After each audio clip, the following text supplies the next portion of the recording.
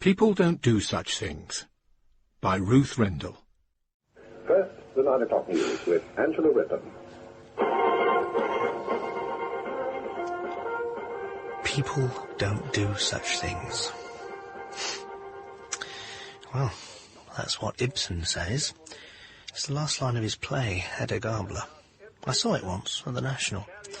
This chap who says it, he simply can't understand what's happened, that the truth is stranger than fiction. I know how he felt. I say it to myself every time I come up against the reality that Reeve Baker is serving 15 years in prison for the murder of my wife. And that I played my part in it, and that it happened to the three of us. Piled outside the local refuse depot. People don't do such things. It's been closed now for 2 weeks because of the dustman's indefinite strike. But you see, officially there is no health hazard yet. But they today do. Health officers began spraying against insects. They do. And so the Prime Minister decides against a general election. Mrs. Thatcher doesn't like it. I can't bear Britain in decline. I just can't. We who either defeated or rescued half Europe, who kept half Europe free, when otherwise it would be in chains. And look at us now.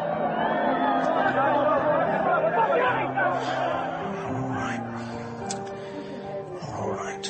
And I think his decision is really against the nation's best interests. He's lost his majority, and when that happens, I think you lose the authority to govern.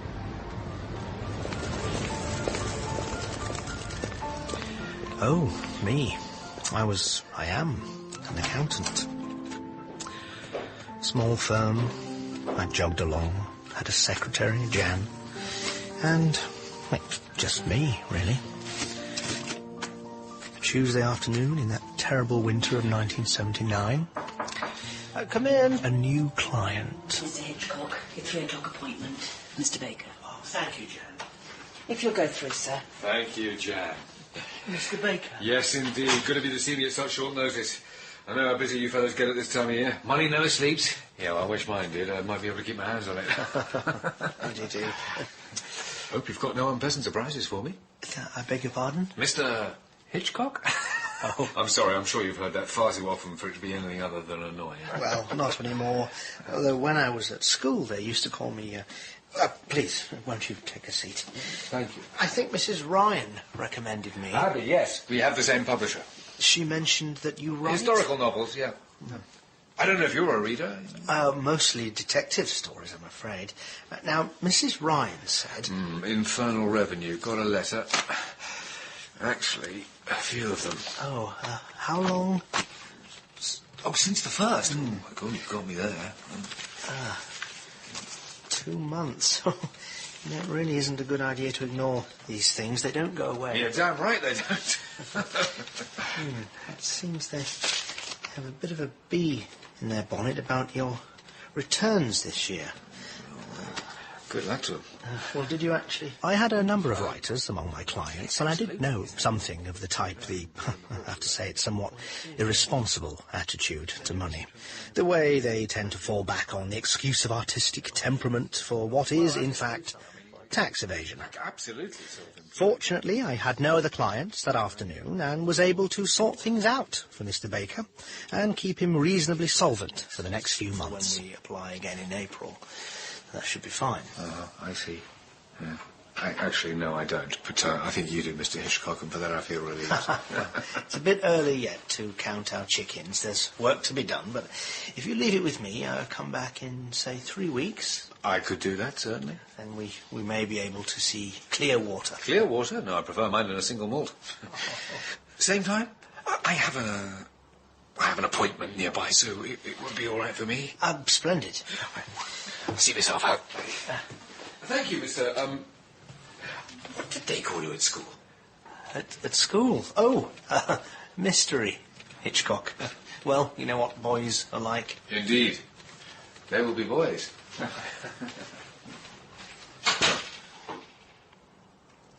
Mystery, Hitchcock. Good Lord. I hadn't thought about it for years. the nickname. I was always rather proud of it. I thought it made me sound interesting, though hardly suitable for an accountant.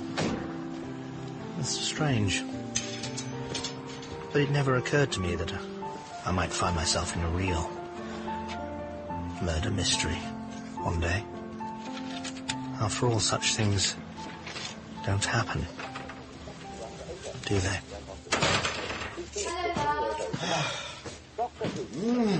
Smells good. What is it? Wait and see. It'll be an hour or so at least. Would you like tea? Oh, I'd love some. Kettle's on. How was your day? Pretty much as usual. We keep hoping someone will bring something priceless into the shop, but nothing yet. I suppose it must happen. You do hear about it on local news ever so often. Old family picture taken into a charity shop. Turns out to be a Rembrandt. I think we'd noticed that. Well, I don't suppose anyone would actually bring anything in. Oh, that reminds me. At the office today, something interesting happened. Oh, come on, Arthur. Nothing interesting ever happens at your office. Well, you're wrong this time. You always say most of my clients are boring. Not this chap, writer. You always say they're the most boring. Spend all their time at the typewriter. Is he famous? Reeve Baker. Do you know the name? Actually, I may do. I think someone brought in some novels. I had to check through them for old letters and stuff people leave. I think one was his. A knight in armour on the cover. Could be. Certainly there was something about the chap. Made a change. Do you think we need a change, Arthur? Oh, goodness me, love. Grace, at the shop, was talking to a customer about a dinner party they'd been to, saying it was young couples with children, and all they talked about was sleeping through the night and nursery school, and how worrying it all was, and how exhausting and noisy. And I thought, we don't have all that. We have good friends, and aren't we going to Betty and Ralph this weekend? Yes. Yes, of course, I'd forgotten. Well, why don't you... a new frock, or... You see, we don't, do we? Have all that. Sometimes it's so quiet in this house, it's as if no one's here at all. Now, out you go, watch the news. I've got work to do. Oh, I was listening to the radio. Oh, yes. Who's Sid Vicious? I don't know. Why? Seems he's dead. Then it's a pity the grave diggers are going on strike along with everyone else. I think it happened in America. Oh, America. You going to make that tea or let the kettle boil dry? Right.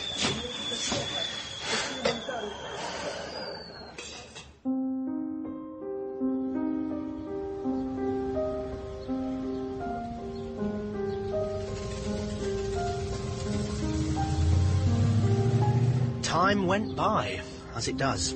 The weather got a little better, and it was getting lighter every evening, and I was able to get some time in the garden. And 3 weeks later, Mr. Baker came back to the office. This is a miracle. It actually makes sense. I've spoken to the officer dealing with your arrears, and as long as you keep up the payments, and we make sure that future payments are on time, then... We're sailing on those clear waters you talked about. I've got a new book on the slips, and we have high hopes of good sales. I believe you said you were renting at the moment. Yes, yeah, basement place, roomy, all I need, really. Well, I mean, since the divorce. It would make good financial sense if you're thinking about buying. You could get a 3-bedroom flat in Maida Vale for around £20,000. I know it's a lot of money, but bricks and mortar will never let you down.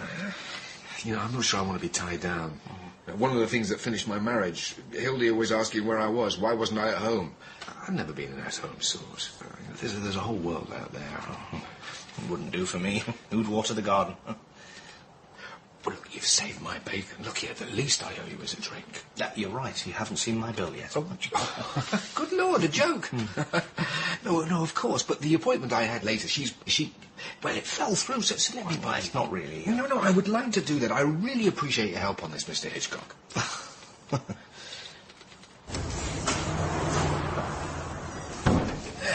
So, what's it to be? Orange juice and tonic, please. Are you sure? No, I'm not really a drinker. Oh, come on, be a devil. All right, then.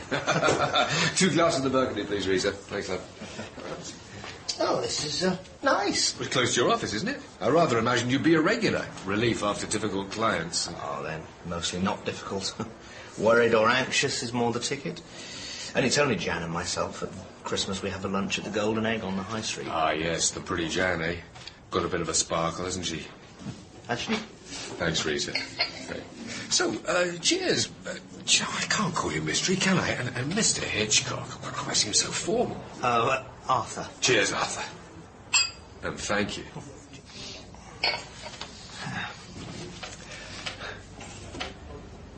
So, Arthur, do you live locally? Oh, only a couple of miles, just beyond the Park Eastern Road. Ah, yes. No, I'm further up the hill. Good for the tube, but nowhere near as nice as your neighbourhood. Is it one of those big detached places on the left? It is, actually. I suppose we're very fortunate, bought at the right time. You have a family? Well, it's Gwen, really. My wife's Gwen. Just 2 of us. No children, then? No, we don't. Well, as for me, since the divorce, I'm a man alone against the world. No, actually, Now, there's a cracker. The blonde by the door. Don't get many of those, doesn't he? As an accountant, I have to agree.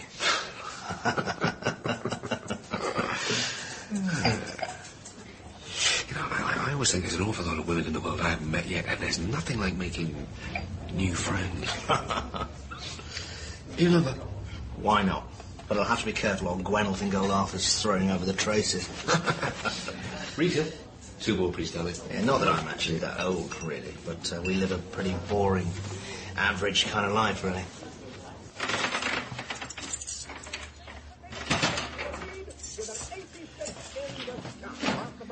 Sorry I'm late, love. Out of the office? Yes, always a busy time of year. Mince. I thought you hated mince. Oh, yeah, I had a bit of indigestion. You know how it is. Eating my lunch too quick. You should relax sometimes. You work too hard. Well, there's only me. Of course, jam's a help, but... Oh, the writer I told you about, Baker. Reeve Baker? Will you get the table mats? He came in, seemed particularly glad about what I'd done for him. Sit down. So, he invited us out to dinner. A week tonight. In town. Oh, I don't know, Arthur. Friday nights are... Always free? But clients? Is it quite professional? I think that Reeve is really... Reeve? He's a nice chap. Not the sort of person we usually meet, to be honest. And, well, a bit of fresh air. Someone who isn't a GP or a solicitor. You'd like him, I'm sure. Arthur, you should have checked first. Of course, yes, I should. But you know how these things are. They come rushing down at you. Come to make a decision, and frankly, it would have been rude to say no. It's just an evening, and if I went on my own, what would he think? Here on one now, playing for the day.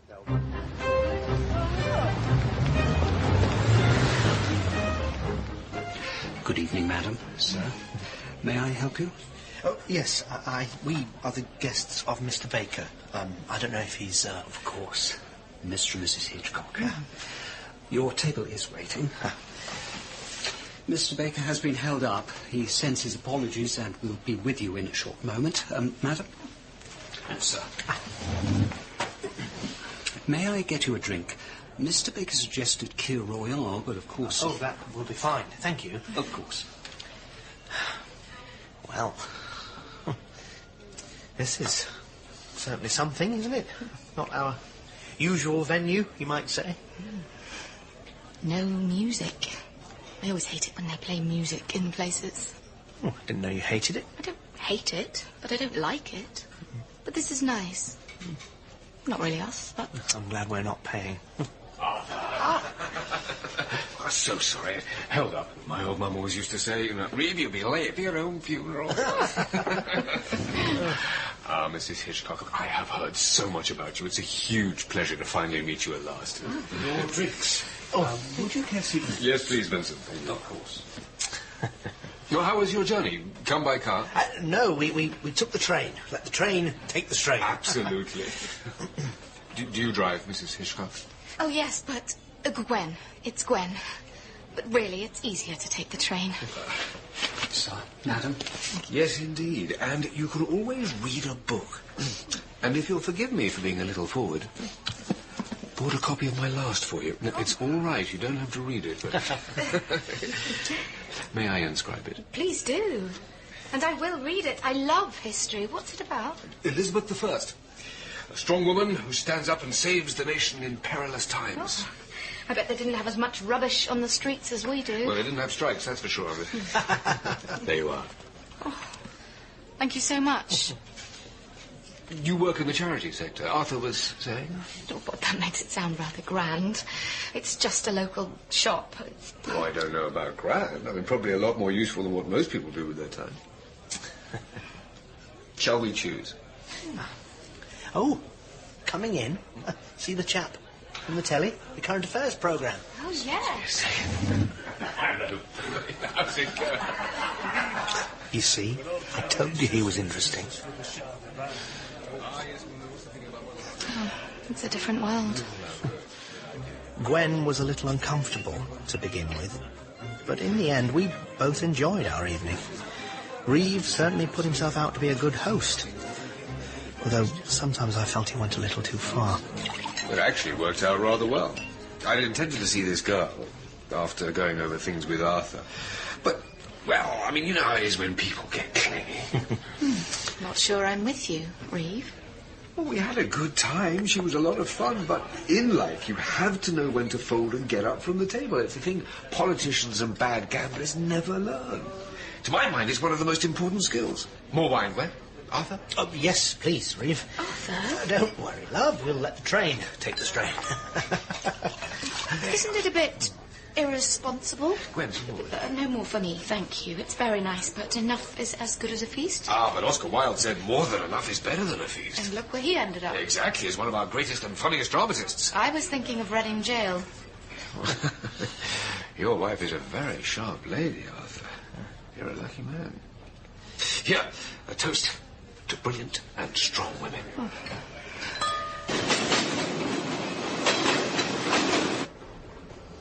Come on, love, what is it? Didn't we have a good time? You certainly did. You must have had more than half a bottle of wine, Arthur. Oh, that's hardly a crime. If you hadn't, you wouldn't have invited him back. I think I would. After all, it's the polite thing to do.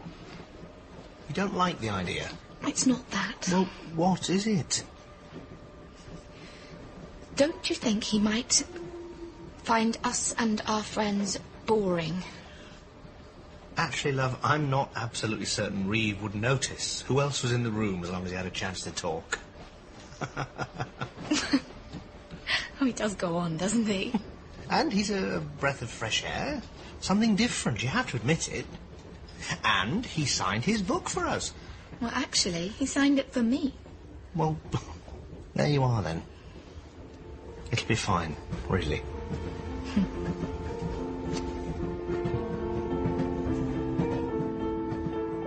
As we travelled home that night, I couldn't help feeling that Gwen was annoyed. Usually, she was a steady sort. We both were. Oh, she was a bit of a romantic at heart, I suppose women are. She kept every card I'd ever given her. Theatre programmes, all the letters we wrote when we wrote letters, in a bundle in her memories drawer, tied with a ribbon. But to tell the truth, I was getting a little concerned as the day of the party drew near. Betsy, Ralph, hello. Are we late? I told Ralph we'd be late. No. Come on through. Arthur's serving wine in the lounge. Gwen, these canapes are delicious. Nothing new, I was trying. Reeve, Ralph and Betty. Reeve Baker. Hello. Not the writer. Sophia's John. Oh, I love your books. Oh, I don't know how you managed to find out all those things. Ah, well, it's not the research, actually. It's getting it on the page without making it boring for the reader. I don't think you could write a boring page if you tried. We'll have to leave that to Arthur and his spreadsheets. Hey, not fair. Don't worry, Arthur, I appreciate you. In fact, I'd be lost without you. Let me get you another drink. Thank you. Betty, quick, save me for myself. Eat some of these here. See, I told you it would go with a bang. Oh, it certainly is. Another drink for Reeve, please. And more nibbles, Arthur. Yep, on the way. He has something called a word processor, something like that. I don't know what it is. But anyway, he couldn't write the other day because there was a power cut, so he couldn't write. Reeve had a way of making other people feel relaxed, even when he was being a bit outrageous. How do you think you'd do on a desert island, Reeve? Without the company of lonely women? Impossible. I like the sound of it. Ralph, really? No men at all, Reeve? No men, no competition. Right, Ralph? Right, right. It certainly made our party go with a buzz. I began to worry that we'd run out of wine and twiglets before the end of the evening, but to be honest, I'm not sure anyone would have noticed. In the latest, it's about Elizabeth I, a strong woman who has to rally her country against threats from abroad and plots at home. As you can see, not a lot changes. Absolutely right, old man. Can I refresh your drink, Betty? No, I'm fine, thank you, Arthur. Your Mr. Baker's quite sick. Yeah, interesting chap. It's fascinating. He's promised to sign one of his books to me. I shall leave it casually open on the sideboard. Mother, I'm afraid I shall have to be leaving you. Oh, so early? Well, between you and me, there's this girl I'm meeting. Oh, the one you were supposed to be seeing when we had our drink. Hmm? Oh, good Lord, no, that was over a month ago. No, this one's... Well, I mean, you know what I mean.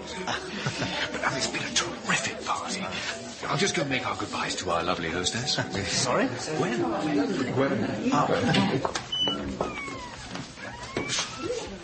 Thank you. You want to check I'm not walking off with the family silver? Oh, I don't think we've anything worth stealing.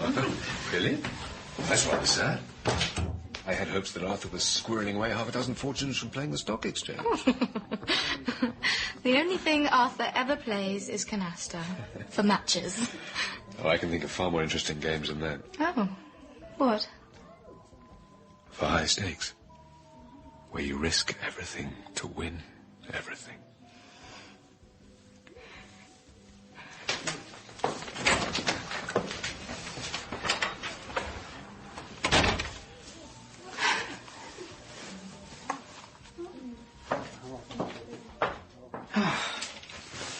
I thought that went rather well, love.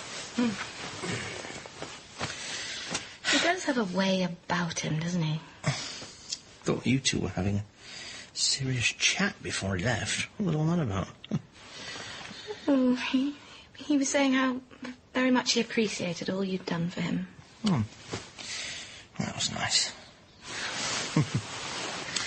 Oh, I'm exhausted. Shall I put the light out? Wow. I was thinking romance is in the... I need to be at the shop early. On Saturday, I decided to give the lawn the first cut of the season. There's always work to be done in the garden. Gwen got back about 3 o'clock and we had a cup of tea together.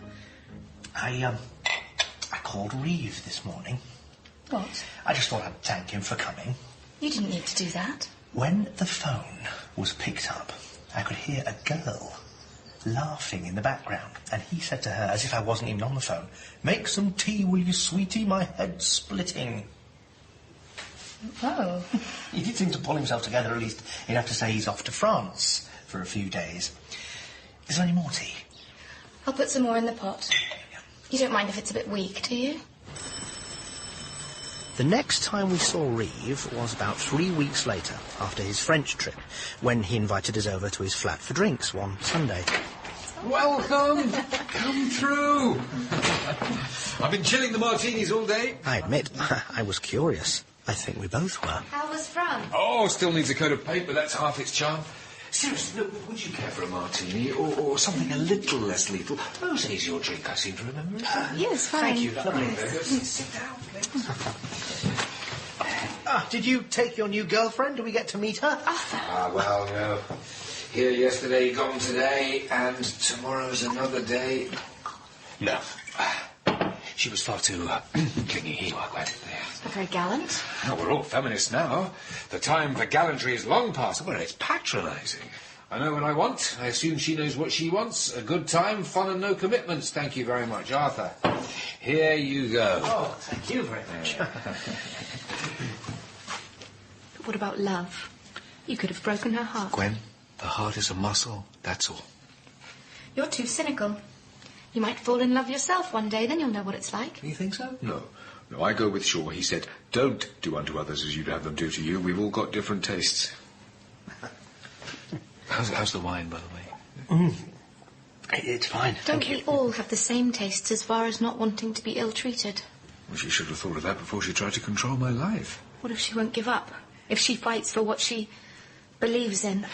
If that happens, and it has, I'll just disappear for a few weeks. Now, don't worry, Arthur. No expensive holidays. I lay low right here. Yeah. Stock up the freezer, get in a supply of booze, stay out of the front room where you can be seen from the pavement, and live like a hermit for a few weeks. Tell the truth. That's how I get some of my best work done. No distractions. Look. Here's what it's like. Mozart knew all about it. Don Giovanni. Do you know him? They're not really opera people. The catalogue aria, where Leporello tells us about all the women his master has seduced. Oh. My dear lady, this is a list of the beauties my master has loved. In Italy, 640. In Germany, 231. 100 in France.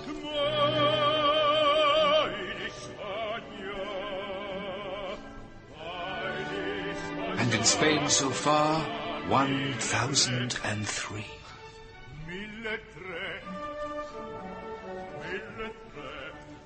Oh, it's quite wonderful, and perhaps quite dreadful, but you see, that is the secret of Don Giovanni. He is what he is. He has the courage, the guts not to apologize, not to be a hypocrite.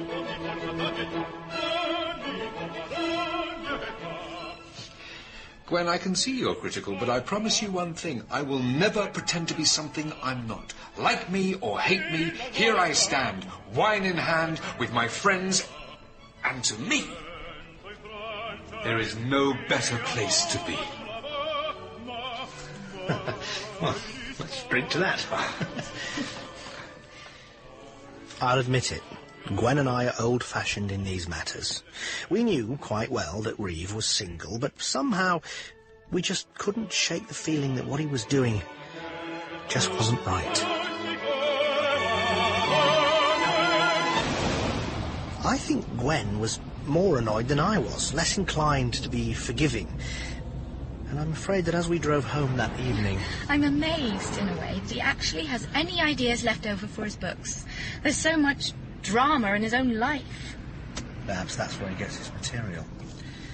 Anyway, he's single. It's his life, after all. Is that supposed to make his attitude right? Oh, come on. Is it? Well, you made your feelings quite plain to him. Rather too plain. What was I supposed to say? Well, you weren't supposed to be rude. He was our host, and even if you don't approve... Frankly, I wouldn't be surprised if he dropped us after that, even if he found another accountant. What if he does? Is that so bad? Is your life really so boring that it needs a... Oh, let's not quarrel over Reeve. He's not worth it. The thing is, I thought he was worth it. I found something attractive about Reeve Baker and his way of life. He was the most exciting man I'd ever met, and I didn't want to lose his friendship. Perhaps I should have asked myself what he saw in us.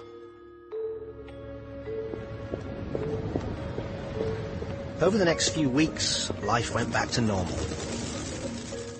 We never spoke of Reeve, perhaps stopped expecting to see him again. I was busy at the office, we had little time for socialising. Then it was our anniversary. Hello, love! Happy anniversary! Gwen?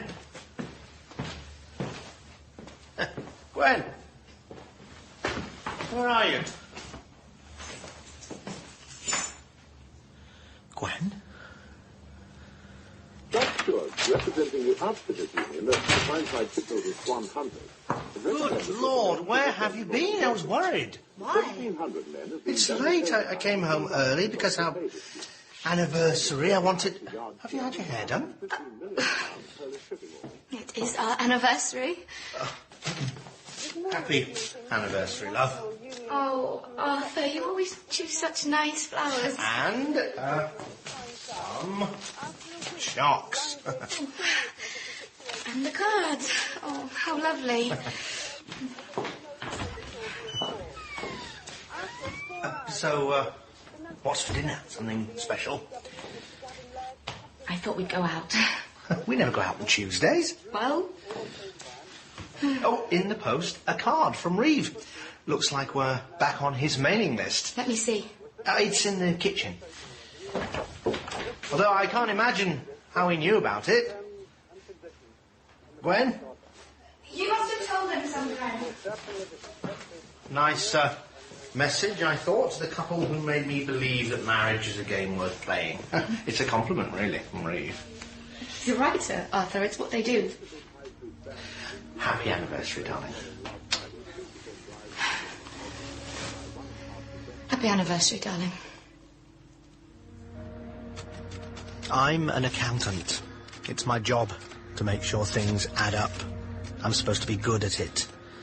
Sometimes you can miss the important numbers right there on the page in front of you. Over the next few weeks, things began to change at home.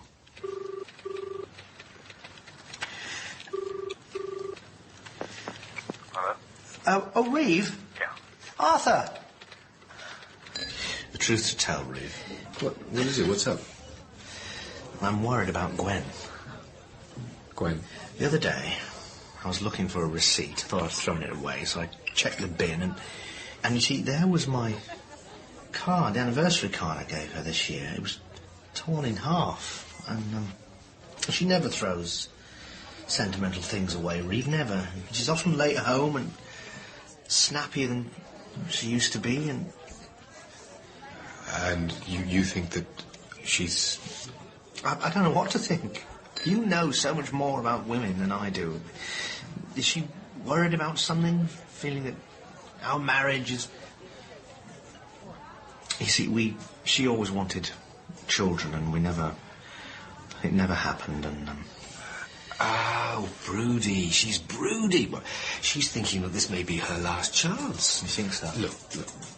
Gwen's a cracking girl, Arthur. Of course she wants children. They all do. That's why they need us to settle down. You just have to be more attentive, help her through this difficult time. Don't be obvious, be subtle, but let her know you're there for her. Yeah. Thank you, Reeve. That's, that's... But what about you? It's been a while since we saw each other. Everything going well? Well, I have you to thank for that. But I do have some news. Oh? Oh, that was delicious, love. No, don't you move. You've done the cooking. I'll do the washing up. Oh, I saw Reeve today. Just in passing. A few things to clear up on his returns. He's off to France again. Oh, don't worry, love. I'll clean it up.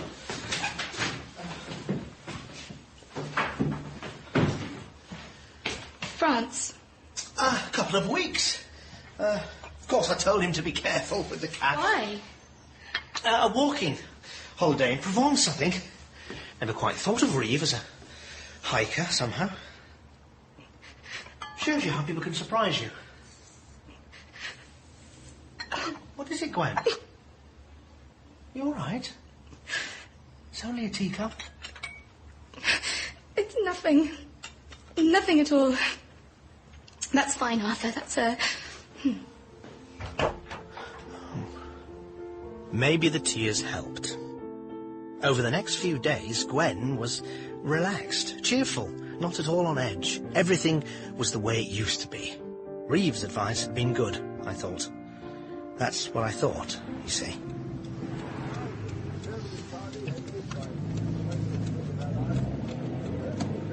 I could alter my route to the office, so I drove past Reeve's flat. Well, it was a way of thanking him for the favour, and it wasn't very much out of my way. I'd just keep an eye on his place, make sure things were all right whilst he was in France. You see, I noticed the window was open in the front, and the curtains were half drawn. I told you, I noticed things. I noticed that. And the next day the window was shut and the curtains open. I thought he's back early. I'd drop in, get a cup of coffee, see how things had gone in France.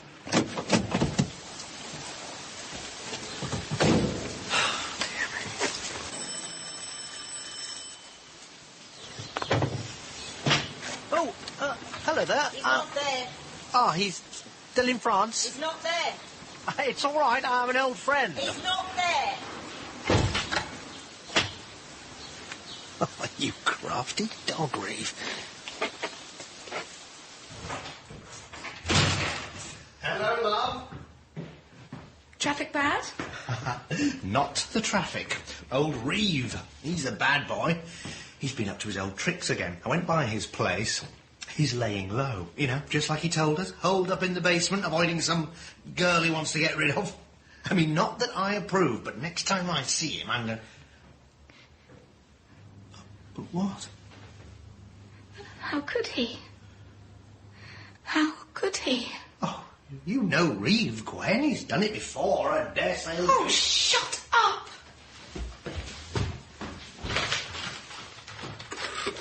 He won't answer you, you know. He's in hiding.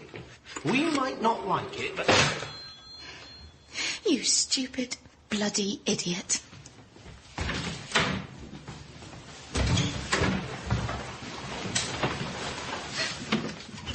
But where are you going? To him, of course. Where else? Who else? Oh, God.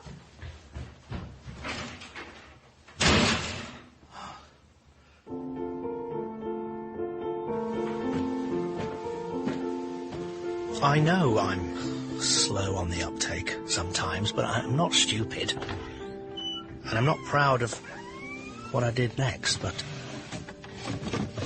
I went to Gwen's memory drawer. You see, I blame myself. At work, too much, no baby. I could see how she might build up a fantasy life around a man like Reeve, an exciting life. Something I failed to give her. I almost wept as I took out these sad tokens of her hopeless schoolgirl dreams. A button fallen from Reeve's blazer. A locket that I'd given her, but with his picture, cut from a book jacket and a lock of his hair in it now. She must have taken the hair from the brush in the bathroom when we visited his flat. I thought she was upset. I hadn't known for how long and how deeply she'd needed help. Help I hadn't given her. Had Reeve encouraged her? Of course not. Why would he even bother with a woman who would marry a man like me? But I could help now. I could do something. I would do something. If only I was in time. Gwen, please, get in. Leave me alone, Arthur. Just for a moment, please.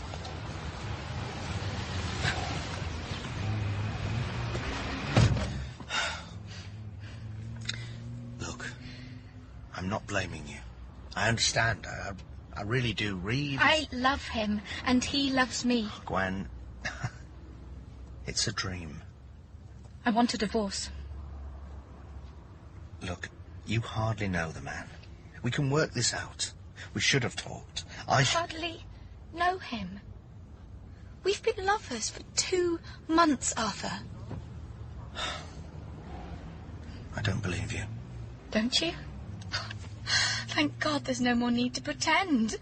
I'm going to him. We'll be together. Like every other woman he's had since his divorce. Like them, Gwen. This is different. He told me before he went away that I was the one... Oh, but he didn't go away, did he, Gwen? He's hiding in his flat. How could you go to him now if he wasn't there? Hiding. From you. Damn you, Arthur. I'm going to him and I never want to see you again.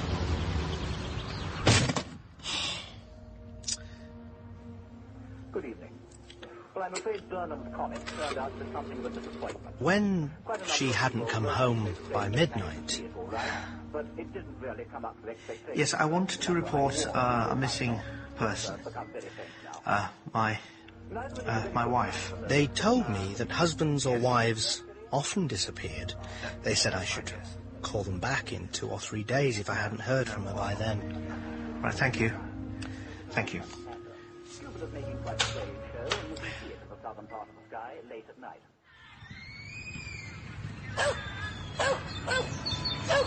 Rosie! Rosie! Rosie, will you come on? What you found? Hey, Rosie, come on. Oh, my God. Oh, my God. Here. Hey, help!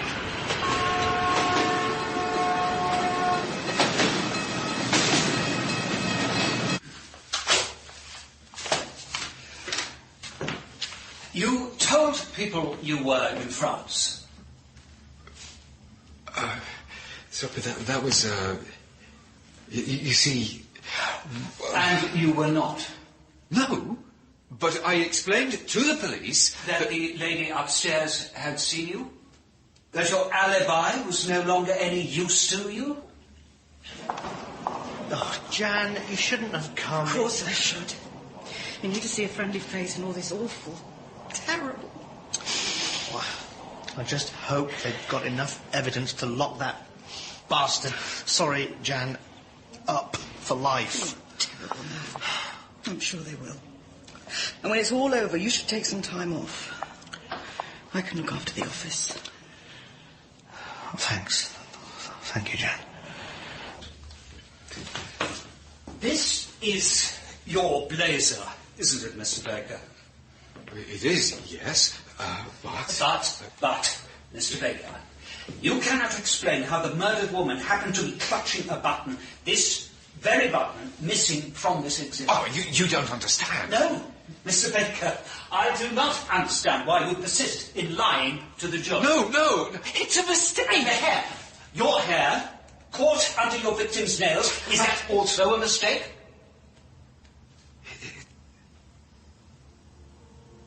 It's...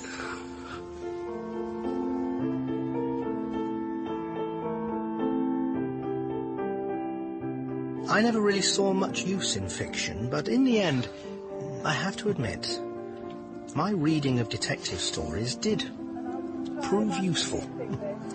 Not that I've read one since. People don't, I suppose, after a thing like that. Mrs. Thatcher, a moment or two ago, in the black rover there, with the flashing indicator lights, waved at Through in a moment, Jan, love. Going into Buckingham Palace, shook his hands with the Queen on her appointment as the first woman Prime Minister of Great Britain. All right. Where there is discord, may we bring harmony. Where there is error, may we bring truth. Where there is doubt, may we bring faith. And where there is despair, may we bring hope. In People Don't Do Such Things, the part of Arthur was played by Reece Shearsmith, Gwen, Laura Pyper, and Reeve Baker by Michael Maloney. Other parts were played by Rachel Atkins and David Holt. Sound design was by Steve Bond. People Don't Do Such Things was dramatised by Mike Walker from a short story by Ruth Rendell. It was directed by John Dryden and is a Goldhawk production for BBC Radio 4.